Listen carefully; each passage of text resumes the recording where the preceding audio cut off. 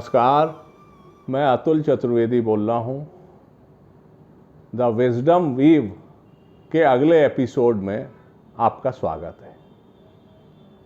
इस एपिसोड में मैं चर्चा करूँगा कुछ इलाहाबाद की पुरानी यादों की। फिर से चर्चा होगी जब लाइट चली जाती थी तो हॉस्टलों के बीच कौन सा संवाद होता था। आपको मैं बताऊंगा कि इलाहाबाद के रिक्शे वालों की खासियत क्या है, और इसी एपिसोड में मैं आपको बताऊंगा लक्ष्मी टॉकीज की एक ऐसी दुकान जो पुश्त दर पुश्त वहां पढ़ने वाले लोगों से संबंध रखते थे लोग। सबसे पहले ये मैं बताऊं कि ये जो मैं आपको किस्सा सुनाने जा रहा हूं, तो इधर फेसबुक पर एक क्लब चुंगी करके ग्रुप है, मेरे बैच के ही संदीप सक्सेना जी चलाते हैं।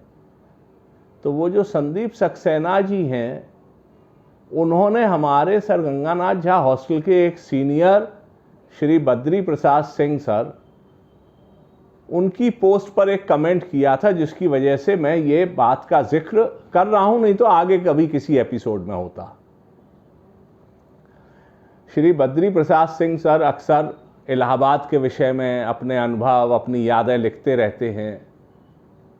स्वर्गीय जीवन चंद पांडे सर भी काफ़ी सक्रिय रहते थे। इलाहाबाद यूनिवर्सिटी के छात्र संघ के अध्यक्ष रहे श्री रामाधीन सिंह सर भी इलाहाबाद से जुड़ी बहुत सी अच्छी बातें बताते रहते हैं। तो अभी एक पोस्ट डाली जिसमें श्री बद्री प्रसाद सिंह सर, जो कि पुलिस विभाग में उत्तर प्रदेश में थे, आईपीएस हुए और आईजी पुलिस के पद से रिटायर हुए, उन्होंने लाइट जाने पर हॉस्टलों के संवाद के विषय में कुछ चर्चा की। उस चर्चा को आगे बढ़ाने में भाई संदीप सक्सेना जी ने मेरा भी जिक्र किया। तो मैंने संदीप सक्सेना जी से कहा कि इस विषय पे मैं आगे किसी एपिसोड में बात भी करूंगा। तो ये चर्चा इस तरह से है कि इलाहाबाद में हॉस्टलों में एक अलग किस्म की यूनिटी होती है, और वो जो फ्रेटर्निटी और यूनिटी की भावना है अपने अपने हॉस्टल की, एक तो हो गया पूरे विश्वविद्यालय के लोगों की एकता, जो पुष्ट दर पुष्ट चलती है, दशकों तक चलती है।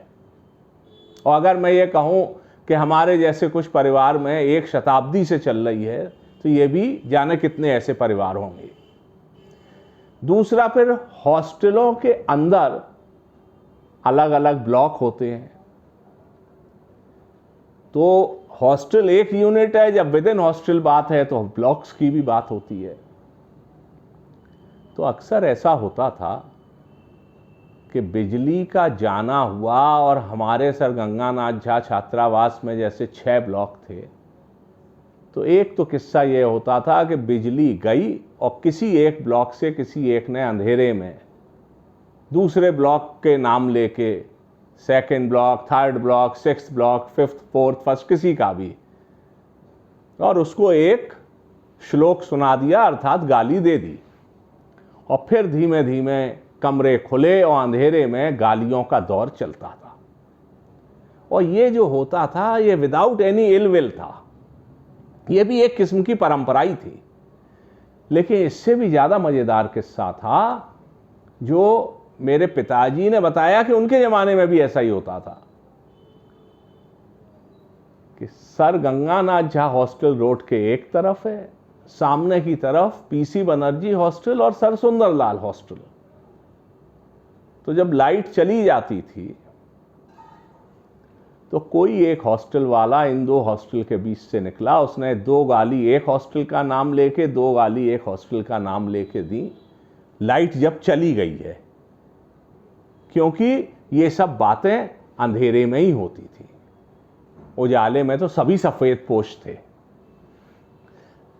और इसमें कोई मतलब नहीं, जूनियर सीनियर, जिन्होंने बड़े होके बहुत बड़े बड़े अपने अपने क्षेत्रों में नाम भी कमाए, सब लोग शामिल होते थे। और फिर एक दूसरे हॉस्टल से गालियों का कंपटीशन, एक तरीके से कह लीजिए डिबेट जैसा, और एक दौर चलता था। जब नए एडमिशन होके हॉस्टलों में आते थे, तो जो फ्रेशर्स कहलाते थे, उनको ये एक गौरवशाली परंपरा का काम दिया जाता था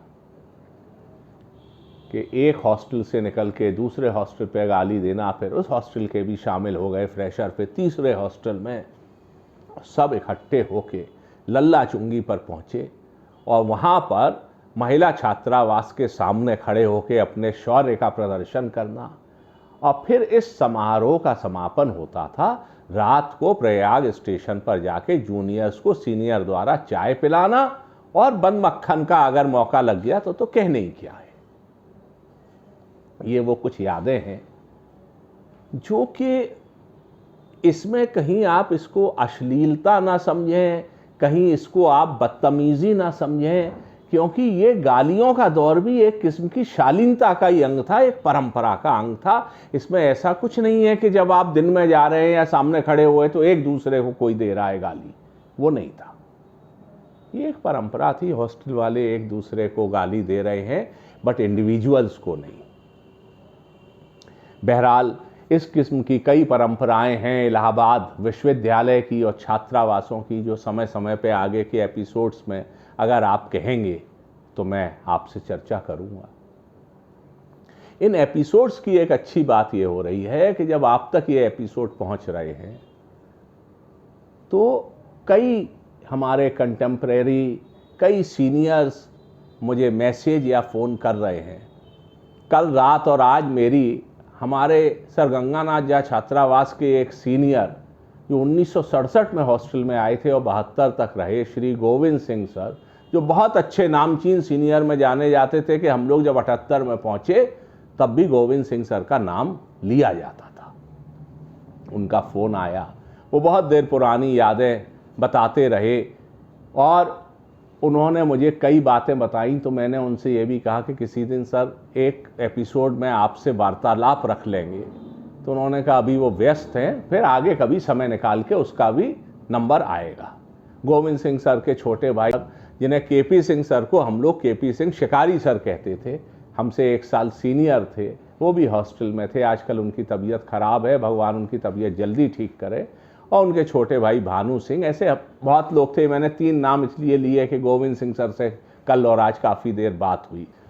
एक मैं आपको बताऊं कि इलाहाबाद के बारे में मैं पहले भी चर्चा कर चुका हूं और फिर से करना चाहूँगा कि वहाँ की हवा में, जो अब प्रयागराज है, वहाँ की हवा में एक तरफ कैरियर से लड़ने का जोश है, कैरियर बनाने का जोश है, साहित्यकारों का एक माहौल है, एकेडमिशियंस का माहौल है, ये सब तो हम जानते हैं। लेकिन इलाहाबाद की हवा में एक मंद मंद आलस्य का भी माहौल है। वो इलाहाबादी क्या जिसमें थोड़ा बहुत आलस्य ना हो। कहते तो ये भी हैं कि हनुमान जी भी अलसा के वहाँ संगम के किनारे लेट गए हैं। हम सब लोग पूरी श्रद्धा से हनुमान जी की वहाँ जाके दर्शन और पूजा करते हैं, वहाँ लेटे हनुमान जी बहुत प्रसिद्ध हैं। आलस्य का आलम यह है कि अगर आप दोपहर में निकलें और रिक्शे वाला एक तरफ को रिक्शा मुंह करके और सो रहा है रिक्शे पर, और आप कहें कि भैया सिविल लाइन चलवो, तो वो मना कर देगा, भैया हम ना चलब, अभी तो सो रहे हैं।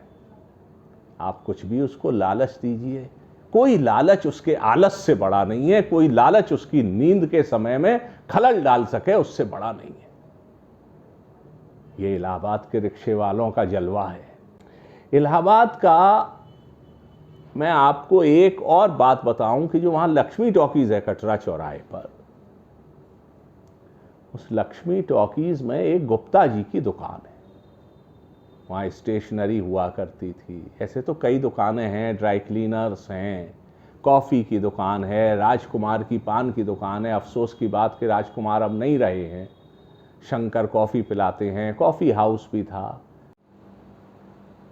लक्ष्मी टॉकीज़ में जो गुप्ता जी की दुकान है, वहाँ पापा मुझे ले गए। पापा ने बताया कि जब वो 1955 से 59 तक यूनिवर्सिटी में पढ़ते थे, हॉस्टल में रहते थे, तो गुप्ता जी की दुकान पर आते थे, स्टेशनरी आदि लेते थे। और गुप्ता जी से, जो दुकान के मालिक थे, मेरा परिचय कराया। फिर मेरा रेगुलर आना जाना रहा और मेरे देखते देखते गुप्ता जी के बेटे वहाँ पर बैठने लगे। अभी जब पिछले वर्ष मैं गया और पहले भी, तो मालूम पड़ा था कि गुप्ता जी अब नहीं रहे और ये बड़े गुप्ता जी की जगह हो गए उनके बेटे, और इनके बेटे इनकी जगह दुकान पे जूनियर बन के बैठ रहे हैं। ऐसी परंपराएं हैं, पुश्त दर पुश्त के संबंध हैं। उनके बेटे से मेरा परिचय उनके पिताजी ने कराया और मेरा बेटा, बच्चे मेरे साथ थे, बेटी भतीजा, तो मैंने उनका परिचय कराया। इस किस्म से ये भी एक इलाहाबाद का सिलसिला है जो चलता आ रहा है। इस एपिसोड में मैं आपको आखिर में एक किस्सा और सुनाऊंगा। ये किस्सा है जो रामाधीन सिंह सर ने कभी सुनाया था, शेयर किया था, बट ये इलाहाबाद यूनिवर्सिटी की गरिमामयी यादों को फिर से दोहराता है।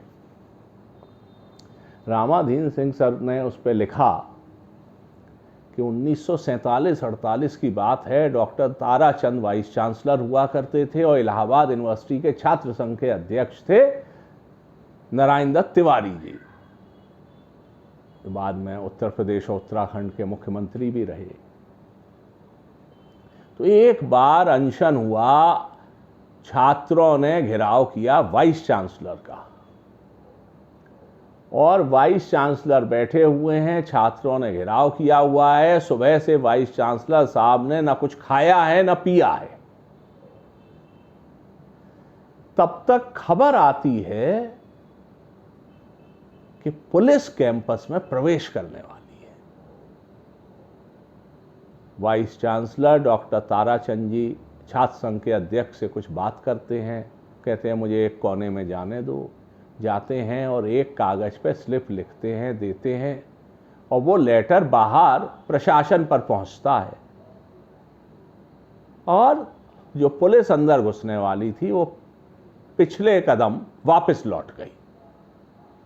तो मालूम पड़ता है कि डॉक्टर ताराचंद ने ये लिखा कि यदि पुलिस को कैंपस में प्रवेश करना है तो पहले मेरा इस्तीफा स्वीकार कर लिया जाए।